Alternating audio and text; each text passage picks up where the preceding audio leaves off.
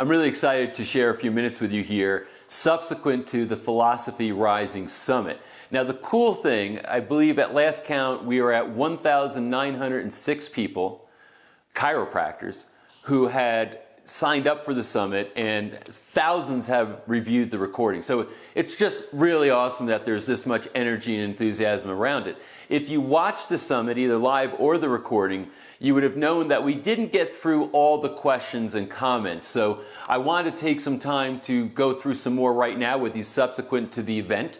We'll only be here for a few minutes, but I thought these were important questions and comments are worth sharing. Why? Because I think it will stimulate your mind a little bit, help to get your day going a little bit better or end a little bit better, depending on when you're watching this, and give you some creative juice to be able to have some energy into tomorrow that could grow your practice. And that's really what it's all about, energy management, getting your mind right, having the mental energy, purpose, having the spiritual energy, taking care of yourself, the physical energy. Energy management, in my mind, one of my philosophical premises, energy management is more important than time management. So if you wonder what some of my intentions are behind when I throw out a short video like this and follow up after the event, like I'm doing right now, the answer is I'm hoping to give you some energy in one of those three dimensions, or maybe all three of those dimensions, that can make a difference for you. And that's what philosophy does for me. That's what thinking does for me. Ideas, sparks fly. Energy happens. You can be lulled, you can be flattened, and suddenly you hear something, and next thing you know, you're taking a different action. You're speaking to the patient a different way, what have you. So we're here for a few minutes. Make the most of it, and I really appreciate you spending your time with me. So Kenneth Bertel Wilson, I hope Bertel or Bertel, I'm not sure which way he pronounces that. Here's the question that Kenneth had, and it's a great question. I hear it all the time, so I'm looking forward to sharing this with you and giving you at least my sentiments on it. Without using the bone out of place model when educating on chiropractic, how does some of you communicate vitalistic, principled chiropractic in your office with more of a reorganizational approach that won't and or doesn't go over the layperson's head and will be easily understood? Isn't that like the question of the day? First of all, it's interesting to me that so many chiropractors say, I don't like talking about bone out of place. And I get that. I get what they mean. There's so much deeper implications to the construct of subluxation, stress that leads to nerve interference, the devastating effects of verbal subluxation on human health, the implications as far as how this affects the entire body, blah, blah, blah. And different people have different views on this. But what's interesting to me is that chiropractors say, I don't like talking about the bone out of place. Now, why is that? I think the answer is because they don't believe that's a valid construct. So let's start out by saying this. Number one, I have no problem if you don't want to use the bone out of place, but let me be 100% clear. There is ample research demonstrating that there is a phenomenon referred to as nerve compression or nerve root compression or even cord compression that absolutely has adverse effects on health and well-being. If you look at Sharpless's work, you look at Rydovik's work, you'll see that multiple authors have come up to a similar conclusion where they say that 5 to 10 millimeters of mercury pressure, which is 10 millimeters of mercury pressure is about the weight of a dime. So they're saying 5 to 10 millimeters of mercury pressure can decrease the composite action potentials through a nerve root up to 50%. So let me just start out by saying that the nerve compression, or the garden hose theory, as some people like to characterize it, in my mind, is a validated theory. Now, I think it's only a small part of what's going on in the dynamic of subluxation and the implications of the adjustment. So I wouldn't say that this is the entire explanation of chiropractic, but if anybody's got an inhibition about utilizing that because they don't think that it's valid, I would reconsider that. So I'm just putting it out there. I'm not saying you should talk about the nerve compression theory or the garden hose theory, what have you, but what I am saying is it's not inappropriate. It's not misleading. I believe that's a validated phenomenon. So I personally don't have a script on this saying, here's one script and how you can explain to everybody. Here's the way that I approach this.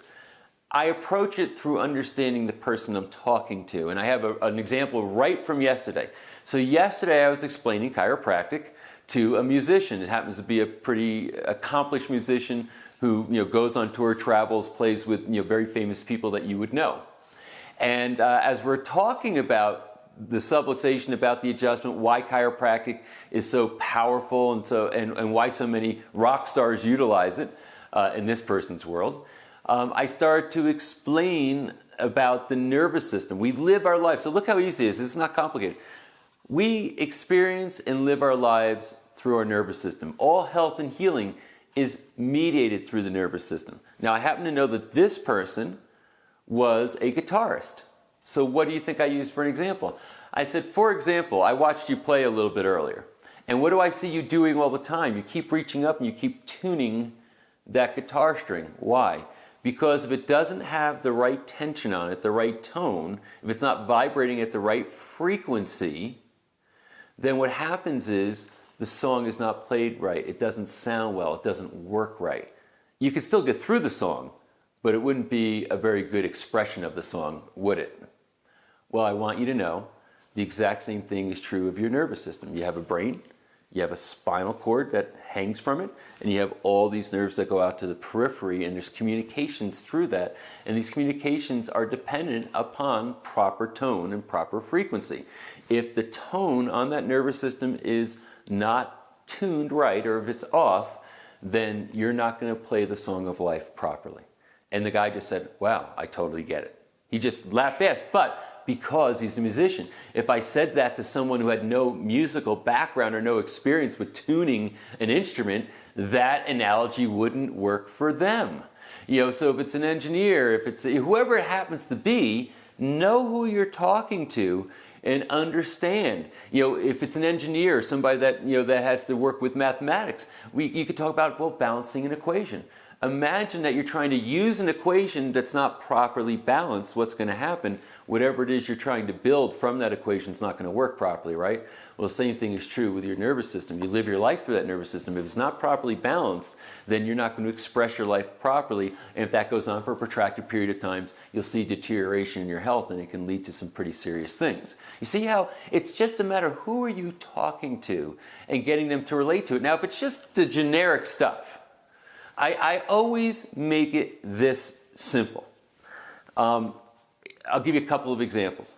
I'd say, for example, number one, you know how people, when they're overstressed in their life, it can make them sick? Just that easy. Listen to how easy this is. You know how people, when they're overstressed in their life, it can make them sick? And then pause, and they'll say, oh yeah. Now, if they say no, I never recognize that. I'd say, well, stress or distress, negative stress is what causes all illness.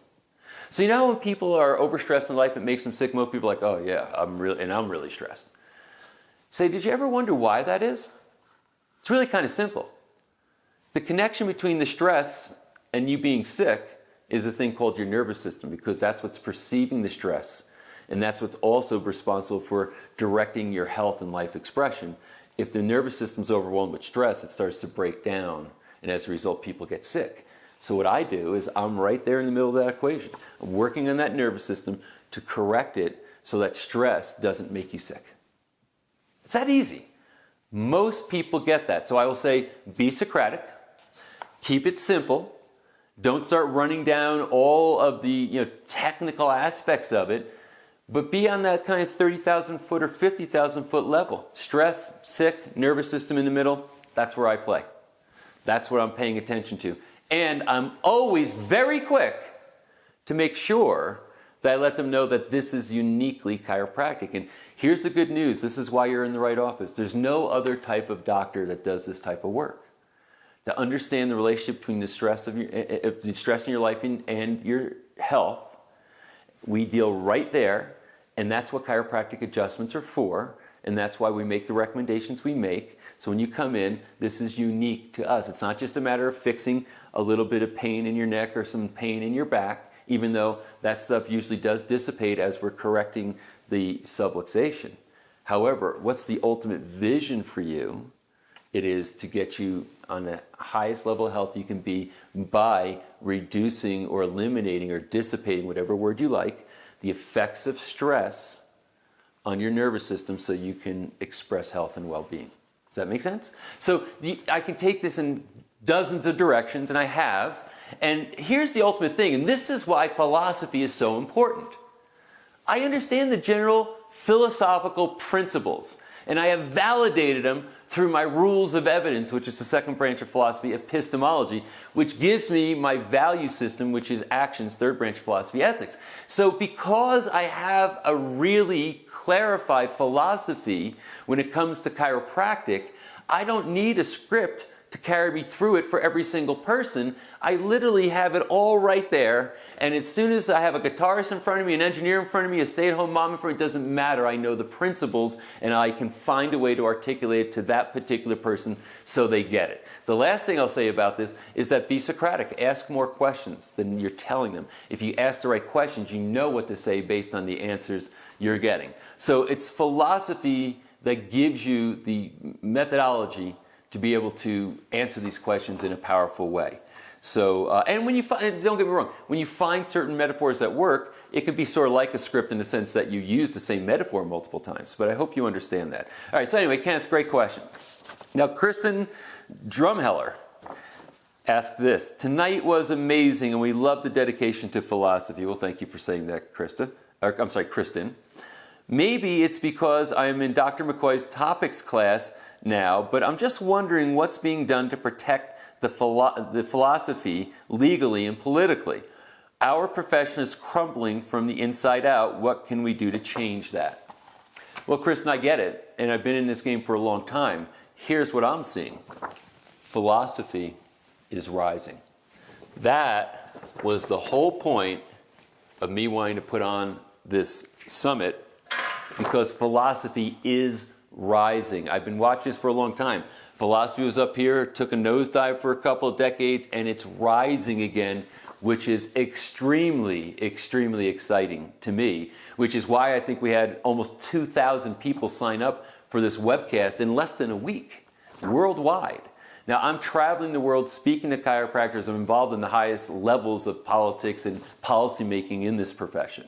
And I can tell you that it's all coming back now to the distinct and unique philosophy. And I see it, I mean, I literally have now in the past 2 years been invited to a large convention that I would never have been invited to 10 years ago. I was like the Antichrist, to that particular faction of the profession, because I would talk about the philosophy and principles of chiropractic in the traditional sense, but I could do it in a scientific and rational way. So I was championing those things, but those people wanted to move in an entirely different direction. Now, they're calling me saying, can you come in? We need more of what... There's an appetite amongst our audience to hear more of what you talk about. Philosophy is rising. When you talk about philosophy and preserving it politically, politics is a branch of philosophy. It's the fourth branch of philosophy. When you have ethics, which is the third branch, which provides an individual with a code of values and therefore will be a guide to their actions, when you take those values and apply them to social functions, that's called politics. Branch 4 of philosophy. So there's no such thing as trying to have political engagement without a philosophy. Even though most people who are trying to create policy and regulation for chiropractic have a scant philosophy or don't even understand philosophy, they're trying to get involved politically, and that's where the contradictions and the problems occur. But I believe that we see this renaissance of coming back to these principles of life. I mean, and that's what chiropractic is. It's a principle of life. It's a principle of biology. It's a principle of life expression. And that needs to be regulated, legislated, and politically advocated. I almost sound like a poet, don't I? For. So ultimately, if you have a concern, I will tell you the trends are getting better, not worse. In my mind right now, there's cause for optimism. There's been a long fight out there. I think the ground has been held, and I think the truth is starting to escalate back into prominence. And that chiropractic doesn't mean that there's still not battles. Doesn't mean that there's still not attacks. Doesn't mean that in different parts, in Australia, what they're going through now with that pediatric thing, different parts of the world, there's little things that pop up that are a problem. But ultimately, philosophy is rising. And with the rise of it, you're going to see a more rational legislative approach politically to chiropractic based on the unique principles that chiropractic practices. And it's not that the principles are obscure, They are ubiquitous within life and life expression. However, what's unique is that chiropractic practices them like no other profession. So hopefully that answers your question, and I'm excited for Philosophy Rising. All right, here's the last one I'm going to do with you right now. This comes from Richard and Peggy Singer. It's a comment they made that I think is worthwhile. It says this: Peggy and I enjoyed the Philosophy Summit, loved Mark Postles, who came to us from down under. Mark's an amazing human being. When he said, living a full on-purpose life, having taken care of yourself and your folks, you can lay down at night in peace and full of gratitude and contentment, and it's all right if you don't wake up the next morning. I totally get that, Mark. Thanks, is what Richard and Peggy said. I hope you totally get that too. Listen, one of the things we'd understand, I mean, we should have a philosophy around mortality. We all die, right? We're mortal. And therefore, the fact that we can think and talk in the way that you and I are doing this right now signifies something. It signifies the fact that we can choose values. We can choose how to live a life. We can choose to live in this sort of conscious and moral way. And that is the whole point, when you can lay down at night and that you can have a peace around you because of what you do throughout your day. You know, what can be better than that for the human soul and the human spirit? My intellectual mentor, Dr. Nathaniel Brandon, used to say to me, he said, it's not what they think, it's what you know. Now think about how chiropractic that is. It's not what they think, it's what you know. And he said, what matters more than what anybody thinks about you during the course of your day is what you think of yourself when you wake up alone in bed at 3 o'clock in the morning. That matters the most. Can you wake up at 3 a.m. and feel an inner peace about your life, how you live it, what you do, what you say, what you think, all those things? So if you are on purpose and you're acting in alignment with that purpose, you gain that peace. It's earned. If you are not, if you're conflicted, if your philosophy is contradictory, then waking up at 3 o'clock in the morning is probably something filled with anxiety and something that is like scary for you. And even if that is your predicament, because I'm not judging you, but if it is your predicament, then I'm going to maintain that you need philosophy in your life to sort things out, to get into alignment with your values. And once you do that, you can also sleep in peace every night, till your final night. So Richard and Peggy Singer, thank you for recognizing Mark's comment. I believe it goes deep into the spirit of what it means to be a human being and a chiropractor. So I am really thrilled. Thank you. I mean, we've had a lot of enthusiasm for the response we got from the Philosophy Rising Summit. And be on the lookout for more information. You'll be getting, we're releasing 3 videos. They're free on philosophy that can take all this stuff deeper in a very practical way to start really adding some value to your practice and growing it and having a better experience with it. So be on the lookout for all this stuff. But I just love the fact that you all engaged and that you have questions and comments. And I wanted to take some of my time to make sure that some of the ones that didn't get answered at the summit, that I could do that with you right now. So listen, have a fantastic rest of your day, and I hope we can stay connected and our paths continue to cross.